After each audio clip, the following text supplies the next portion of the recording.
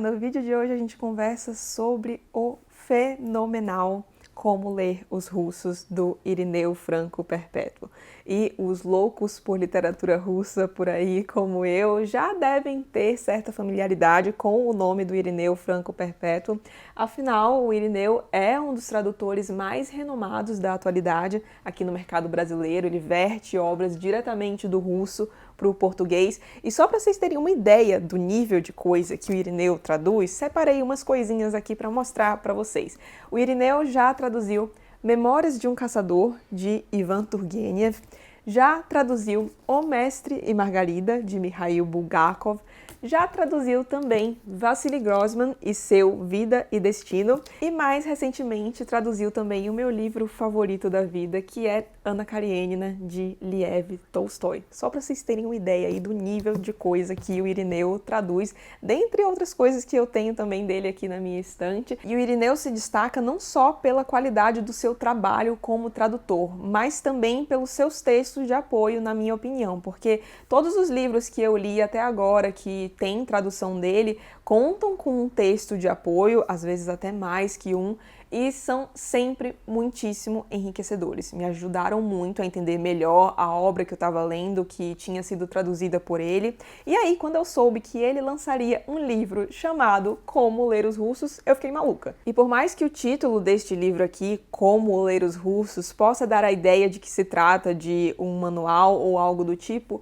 não é bem assim, e aqui eu vou tentar explicar para vocês o que o Irineu faz aqui. Primeiramente, como ele já destaca na introdução aqui deste livro, e aliás, só a introdução já vale a compra do livro, fica este adendo. Mas então, aqui na introdução, ele destaca que se é possível escrever no Brasil um livro cujo título é Como Ler os Russos, é porque uma outra pergunta já foi respondida de antemão, que é: por que ler os russos? Eu acho que não só não é segredo, mas tem ficado cada vez mais evidentes que os russos têm um espaço muito grande aqui no mercado editorial brasileiro, felizmente, e já é assim há certo tempo, porque se a gente pensar em alguns dos grandes expoentes da nossa literatura, por exemplo, Nelson Rodrigues, Fernando Sabino, Clarice Lispector, Drummond, todos eles tiveram nos russos uma grande fonte de inspiração, ou seja, já é uma relação que vem de longa data. E aqui na introdução o Irineu conta um pouco pra gente como que foi a recepção dos russos aqui no Brasil, porque conforme eu vou falar um pouquinho mais pra frente, isso é fundamental para entender o escopo deste livro aqui. E o romance russo chega aqui no Brasil através de um processo que foi desencadeado na Europa por volta da década de 1880, quando a Europa foi inundada com títulos de literatura russa. E isso veio para o Brasil principalmente através da França, porque, como disse Monteiro Lobato, o Brasil era uma espécie de colônia intelectual da França, a gente absorvia muita coisa de lá. E aí, quando a França foi inundada pela literatura russa, isso aos poucos foi chegando aqui no Brasil. E vão chegando aqui através do que o professor Bruno Barreto Gomide chama de febres de eslavismo. E foram duas que chamam muita atenção. A primeira é a da década de 1930, quando chega por aqui alguns títulos de Tolstói, Dostoiévski e Gogol. E a segunda febre, e esta bem mais intensa, foi a que se deu com a Segunda Guerra Mundial, mais especificamente nos anos de 1943 a 1945, com a vinda de, pasmem, 80 títulos de literatura russa. 83 para ser mais específica. E isso só de literatura russa. Só que para que esses livros chegassem aqui até nós, eles tinham de ser traduzidos. E aí entra uma figura fundamental, que é a do professor Boris Schneiderman, grande tradutor brasileiro. Tenho muita coisa também aqui na estante que foi traduzida por ele. E o Boris também foi o primeiro professor do curso de letras russas na Universidade de São Paulo. E para esse tanto de livro ter sido publicado aqui, é porque tem alguma coisa muito boa nessa literatura. Então, o que tem de tão fascinante na literatura russa? O Irineu aqui nos dá alguns motivos, mas um que eu gostaria de destacar é que o escritor na Rússia tem um papel um pouco diferente do que a gente vê na maioria dos países, que é o seguinte: o escritor russo nunca foi apenas um escritor. Ele era visto como uma figura revolucionária, praticamente como um profeta. E por conta desse alcance que os escritores russos tinham na sociedade, eles eram vistos como figuras perigosas, que podiam difundir ideias revolucionárias muito rapidamente. E aí a palavra passa a ser vista pelo Estado como algo muito perigoso. E eu acho que isso foi algo que o Estado russo percebeu talvez antes do que qualquer outro, porque acredito eu que em nenhum outro lugar os escritores foram tão intensamente perseguidos e por tanto tempo como foram na Rússia. Porque se a gente olhar bem, por muito tempo a censura foi praticamente uma espécie de instituição na Rússia e na União Soviética. Posta a importância da literatura russa, o que o Irineu faz aqui é basicamente um panorama dessa literatura, tendo como referência a recepção desses autores aqui no Brasil, ou seja, já denota bem o recorte desse livro, que é um livro, como o próprio Irineu fala, de um brasileiro para brasileiros. Cada capítulo é destinado a um grupo de autores específicos e pelo tamanho do livro e dada a quantidade de autores russos que a gente tem traduzidos por aqui, a gente já pode imaginar que este aqui não é um livro que se aprofunda tanto assim nos autores. Mas nem por isso, mas não mesmo, chega a ser um livro simplista. Muito pelo contrário.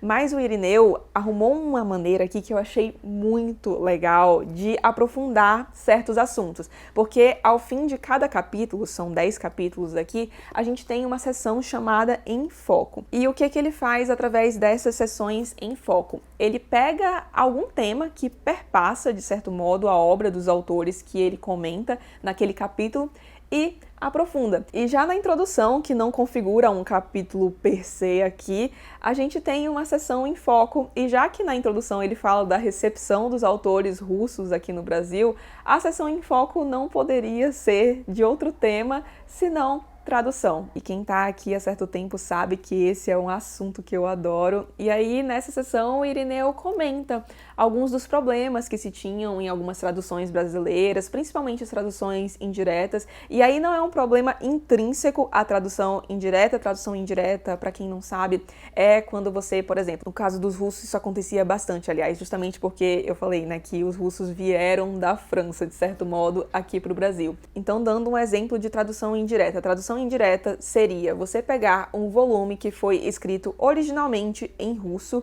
traduzir esse volume para o francês e aí do francês traduzir para o português, que era muito o que acontecia. Mas, segundo o Irineu, o problema não estava nem aí especificamente. O problema estava que muitas vezes alguns tradutores omitiam trechos inteiros dos livros. Ele cita também uma tradução de Irmãos Karamazov, que simplesmente inventou um final novo para o livro. E também muitas vezes tinha essa coisa de simplificar o texto, tornar um pouco mais palatável. Nessa sessão ele também fala da lacuna que a gente tem na tradução de poesia russa, porque quem pesquisou um pouco mais de literatura russa já deve saber disso, mas os poetas russos são gigantes. Inclusive, se você for para a Rússia, você vai descobrir que as pessoas lá não falam tanto assim de Tolstói e Dostoiévski como aqui, mas falam mais de Pushkin, que é tido como o poeta nacional da Rússia, e um dos motivos que pode justificar o Pushkin não ser tão gigante aqui, nem em qualquer outro lugar do mundo como ele é na Rússia, é porque Pushkin foi essencialmente um poeta. E há essa lacuna na tradução da poesia russa, porque a poesia russa está muito ligada a características que são intrínsecas à língua russa. Inclusive, morro de vontade de aprender russo, não só para ler Tolstói no original, mas para descobrir o que tem, afinal de contas, nessa poesia russa. E para quem se interessou um pouco sobre essa discussão acerca da tradução, tem um vídeo aqui chamado Por Onde Começar a Ler Literatura Russa, que eu comento um pouco dos grandes tradutores. Então, nesse vídeo eu comento alguns tradutores dos quais eu gosto muito, o Irineu está entre eles. E também nesse vídeo você pode descobrir alguns títulos que são legais para se introduzir à literatura russa, caso você não tenha lido nada dos russos ainda. Vou deixar o link do vídeo aqui embaixo. Porém, o Ministério da Saúde adverte: alto risco de vício envolvido, porque eu sempre digo que ler os russos é um caminho sem volta. Mas voltando para o Irineu, como eu disse, aqui a gente tem 10 capítulos e eu vou falar brevemente sobre cada um desses capítulos para vocês saberem quais autores são comentados aqui no livro. O primeiro capítulo se chama Séculos de Formação e muito se tem o Nabokov, que é um autor que nasceu na Rússia, mas morou boa parte de sua vida nos Estados Unidos, tem muito forte essa ideia de que a literatura russa tem o seu marco zero em Pushkin, justamente em Pushkin, ó de novo ele. Mas será que é assim mesmo? Será que não teve coisa relevante que veio antes de Pushkin? O Irineu não se mostra muito partidário dessa ideia do Nabokov e aqui ele remonta as origens da Rússia, falam dos povos que originaram esse país, destaca obras da chamada literatura monástica do final do século XIV e do século XV, também o papel das narrativas transmitidas de forma oral, que era algo muito forte na Rússia e talvez até por isso o conto seja um gênero muito forte na Rússia. Fala também da Rússia pós-Gutenberg, então qual que foi o impacto da mudança da literatura russa de uma literatura oral para uma literatura escrita. E já aí a gente vê o papel da censura, porque desde que a literatura russa passa para o papel, a gente vê uma ação do Estado para, de certa forma, supervisionar o que está sendo publicado ali. Enfim, ele faz todo esse histórico até chegar a Pedro o Grande, com a construção de São Petersburgo, porque, afinal de contas, o que seria da literatura russa como a gente conhece hoje se não fosse São Petersburgo? Certamente não seria a mesma. O segundo capítulo é chamado Pushkin e Gogol, e eu acabei de falar que tem muitos que são partidários dessa ideia de que o Pushkin é o verdadeiro fundador da literatura russa como nós conhecemos hoje, e essa parte do como nós conhecemos hoje talvez seja realmente verdade. E aqui o Irineu comenta um ponto que eu achei muito legal, que é o Pushkin pode ser visto até como o pai da língua russa moderna. Porque o que aconteceu? Durante o reinado do Pedro o Grande, aí isso se perpetuou também durante o reinado de Catarina a Grande, os nobres falavam muito em francês, porque teve essa coisa da ocidentalização da Rússia. Então havia muitas expressões que eles não utilizavam o idioma russo e sim colocavam algumas expressões mais sofisticadas do francês. Mas o Pushkin, em sua obra, se recusa a fazer esse tipo de coisa. Ele usa expressões que são mais tidas como da camada social mais baixa, permanecendo fiel, então, ao idioma russo mesmo. E aí, quando eu citar um autor, eu vou dar uns exemplos de obras que a gente tem publicado aqui, deixo a foto aqui no cantinho. Aqui no Brasil, a gente tem do Pushkin uma coletânea chamada A Dama de Espadas, que eu já li e acho maravilhosa, vou deixar a foto aqui. E a gente também tem a sua obra-prima, Yevgeny Onegin, espero que seja assim que fale. E a Era de Pushkin é conhecida na literatura russa como a Era de Ouro, e a gente tem também um outro autor da Era de Ouro publicado por aqui, que é o Mikhail Lermontov. E neste capítulo a gente também tem Gogol. E, gente, quantos anos vocês tinham quando vocês descobriram que Dostoiévski não disse a seguinte frase: "Todos viemos do capote de Gogol"? Eu tinha 25, porque eu descobri lendo este livro aqui que Dostoiévski nunca falou isso. E eu jurava que ele tinha dito isso. Enfim, né, mais uma daquelas frases que são atribuídas a grandes nomes aí, na verdade eles nunca disseram. Mas Gogol é outro queridinho meu. Eu já falei aqui no canal sobre uma antologia dele chamada O Capote e Outras Histórias, vou deixar a foto aqui. E também já li dele Almas Mortas, apesar de que este eu não gostei tanto. E aqui o Irineu transcreve alguns textos de autoria do crítico George Steiner. E, segundo o Steiner, o romance russo emergiu através de Gogol, principalmente através de O Capote e de seu Almas Mortas. Já o terceiro capítulo se chama Tolstói e Dostoiévski. Eu falo com essa cara porque Tolstói é o meu autor favorito. E aqui ele fala um pouco da obra dos dois, fala também da relação entre eles dois, porque Tolstói e Dostoiévski foram contemporâneos, mas nunca se conheceram pessoalmente. E eles não se bicavam tanto assim, não. O Dostoiévski tinha, inclusive, um certo rancor em relação ao Tolstói, porque o Tolstói era um nobre russo, ele era membro da aristocracia rural russa, tinha vastas propriedades e, portanto, não dependia da escrita para sobreviver, como era o caso do Dostoiévski. O Dostoiévski escrevia literalmente para ter o que comer, enquanto o Tolstói escrevia como hobby e o Tolstói tinha um pouco de ranço por causa disso. E também por causa do amplo alcance que a obra de Tolstói tinha já no seu tempo. E Tolstói não era muito fã de Dostoiévski também não. Ele disse o seguinte: Dostoiévski escrevia de uma maneira revoltante e até feia. Não gostava de gente saudável, era cheio de cismas, de amor próprio, de caráter difícil e infeliz. É estranho que seja tão lido. Não entendo por quê, mas isso só em conversas pessoais, porque em declarações públicas, tanto Tolstói como Dostoiévski falavam muito bem um do outro.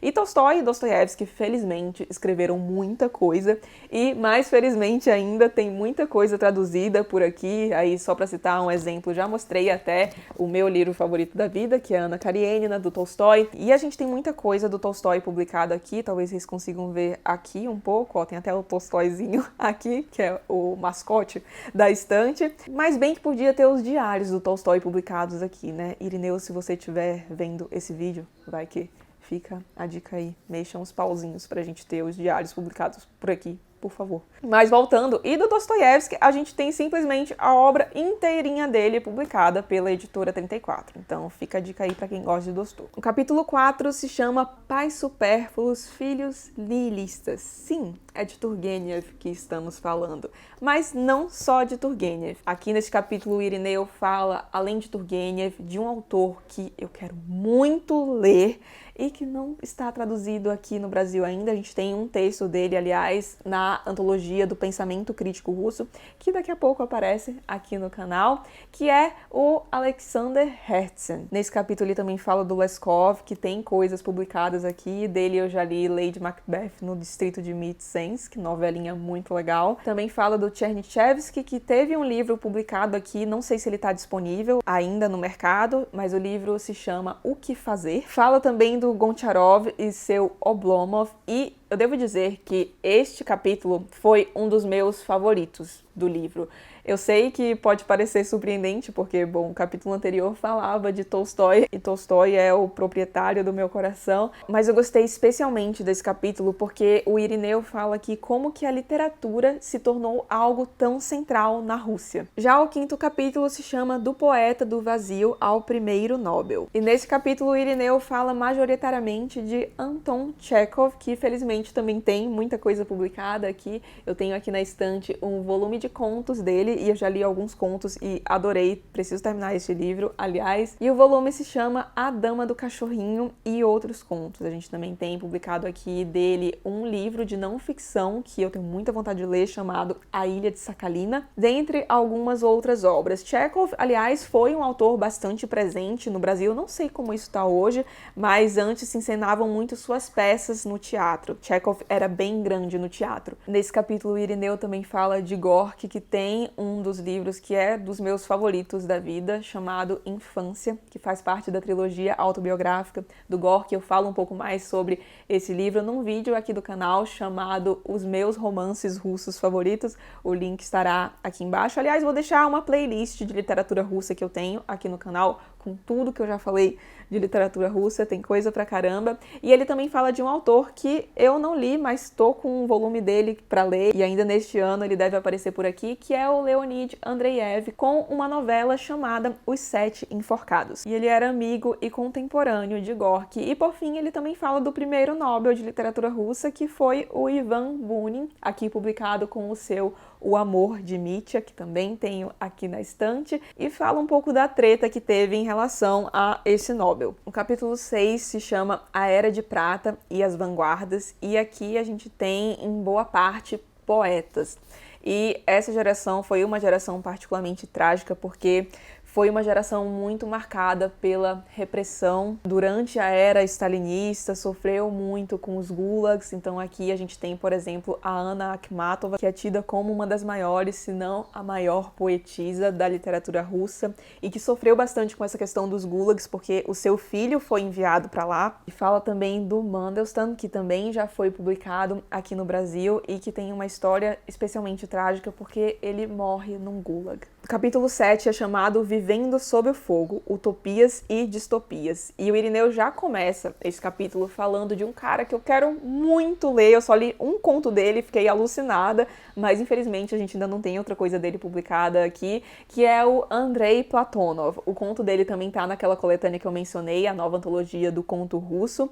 E boatos de que neste ano teremos 3 obras dele publicadas aqui no Brasil. Estou no aguardo e estou ansiosa. Aqui ele também fala do Zamyatin, que tem uma distopia muito famosa chamada Nós. Eu já li e gosto muito. E, aliás, para quem gosta de distopias e não leu ainda, vale a pena, porque ela foi inspiração para Huxley, escrevendo seu Admirável Mundo Novo, e também para o Orwell, quando ele escreveu 1984. Aqui ele também fala do Babel, que é outro autor que tem uma história muito trágica. Ele foi assassinado pelo regime stalinista e tem algumas coisas publicadas aqui, se eu não me engano são 2 volumes, um saindo pela Penguin Companhia e outro saindo pela Editora 34, de contos. Eu já li esse e gosto bastante. Temos nesse capítulo também um dos meus autores queridinhos, que é o Bulgakov. Aqui já falei do O Mestre e Margarida dele, que também é um dos meus russos favoritos.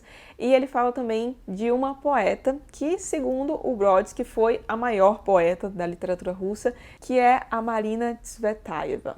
O 8º capítulo se chama O Realismo Socialista e a Literatura dos Emigrados, e esse capítulo é maravilhoso, foi outro dos meus favoritos, e o Irineu sempre abre os capítulos com uma citação, e nesse capítulo ele abre com uma citação do Zamyatin, que eu queria até ler aqui para vocês, porque eu achei muito linda.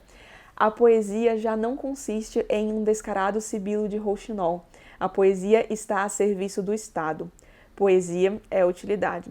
Citação que casa muito com o período narrado pelo Irineu aqui, que é a ascensão de Stalin. Eu falo um pouco mais sobre esse contexto da era stalinista na resenha que tem aqui, cujo link está aqui no box de informações, para O Mestre e Margarida, porque o Bulgakov escreve nesse contexto, mas basicamente o que a gente tinha nesse período é uma linha artística, uma diretriz a ser seguida pelos autores. Então, se você seguisse aquela linha artística delimitada, definida pelo Estado, então você não teria problemas em ser publicado, do contrário, você não seria publicado, e isso quando você tinha sorte de apenas não ser publicado, porque muitas vezes esses autores eram mortos, os autores que discordavam do regime publicamente. E aqui ele fala bastante desse período, fala como se dava a produção de escritores, porque era basicamente isso que você tinha, a arte servindo ao Estado, a propagação da ideologia de Stalin. Então tinha um ambiente chamado Casa dos Escritores, e lá era praticamente isso, uma fábrica de escritores que seriam fabricados para atender aos propósitos do Estado unicamente. É uma tristeza. E nesse período stalinista, muitos autores saem da Rússia. Um exemplo deles é o Vladimir Nabokov, que publicou boa parte de sua obra fora do país. O 9º capítulo se chama Degelo, Gulag, Emigração e Clandestinidade. Aqui a gente tem, então, muitos dos autores retratando a vivência nos gulags, como, por exemplo, o Varlam Shalamov, que tem uma série de contos bastante famosa e merecidamente. Eu já li o primeiro e é uma coisa bem forte, que se chama Os Contos de Kolyma, se eu não me engano são 5 volumes, publicados aqui pela Editora 34. A gente também tem o Alexander Solzhenitsyn com o seu O Arquipélago Gulag, o Vassili Grossman, que também tem boa parte de sua obra publicada por aqui. Aqui a gente já tem até resenha para um livro dele fenomenal chamado A Estrada. E nesse capítulo temos também o meu queridinho Joseph Brodsky, um dos meus autores favoritos, e aqui a gente já falou dele em 2 vídeos. Um para o seu conjunto de ensaios chamado Sobre o Exílio, que é publicado pela editora Ainé, e o outro é um livro que infelizmente está esgotado, mas se você achar por aí, por favor, agarre, você não vai se arrepender. Aliás, o Irineu se utiliza muito desse livro, que eu vou mencionar aqui no Como Ler os Russos, e o livro é O Menos Que Um, uma coletânea de ensaios das melhores que eu já li na vida. E o último capítulo se chama A Literatura Pós-Soviética e fala um pouco do que está sendo produzido hoje em dia. Afinal, conforme diz o próprio Irineu, não vale a pena escrever um livro chamado Como Ler os Russos se não tem russo atual para ler, né? E é bem legal ver essa seção, porque a gente vê que a literatura russa atual está sendo dominada por mulheres, e tem algumas que foram traduzidas aqui, como por exemplo a Svetlana Alexievich, que foi o Nobel mais recente em língua russa. A gente tem também aqui a primeira mulher que ganhou o Booker Prize russo, que é a Lyudmila Ulitskaya, com o seu O Caso Kukotsky. Fiquei bastante interessada por essa autora. A gente também tem outra Lyudmila, a Petruchevskaya, que já foi publicada aqui no Brasil e parece que tem mais coisa dela vindo, mas eu vou deixar a fotinho aqui dos livros que já foram publicados. E também a Tatiana Tolstaya. E, meu Deus, que livro bom!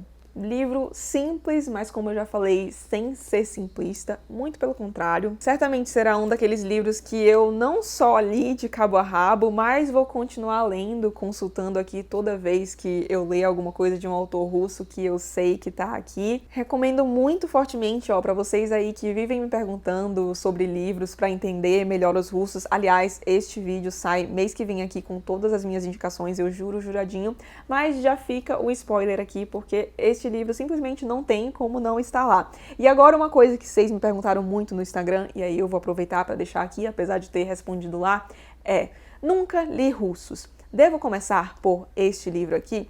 E aí, na minha opinião, o que eu faria? Eu procuraria me familiarizar um pouco com os russos antes, então, por exemplo, iria ver, momento merchan, aquele meu vídeo sobre o Por Onde Começar Literatura Russa, ia ler alguns dos volumes que eu apresento lá, para depois vir para cá. Mas, assim, isso se você não se importar muito com spoilers, porque aqui a gente tem alguns spoilers, né, revelações sobre o enredo de alguns livros bem famosos, inclusive, por exemplo, Ana Karenina, Crime e Castigo, Irmãos Karamazov. Então, se você não se incomoda com esse tipo de coisa, eu leria 1 ou 2, talvez 3 russos, e aí partiria para essa leitura aqui. Mas não recomendo para você que nunca leu russo e já quer ler isso aqui de cara. Eu realmente acho que é legal se familiarizar um pouco com o estilo dos russos e depois vir pra cá. E pra você que já leu um monte de russo, isso aqui, eu não sou muito de dizer isso, mas eu digo que este aqui é leitura obrigatória. Irineu, você arrasou neste livro aqui. Muitíssimo obrigada em nome de todos os amantes da literatura russa, e fica também o agradecimento a Todavia por ter publicado essa coisa maravilhosa aqui. Se você gostou do vídeo, não esqueça de deixar um like e de se inscrever aqui no canal, caso não seja inscrito ainda. Um grande beijo e até o próximo vídeo.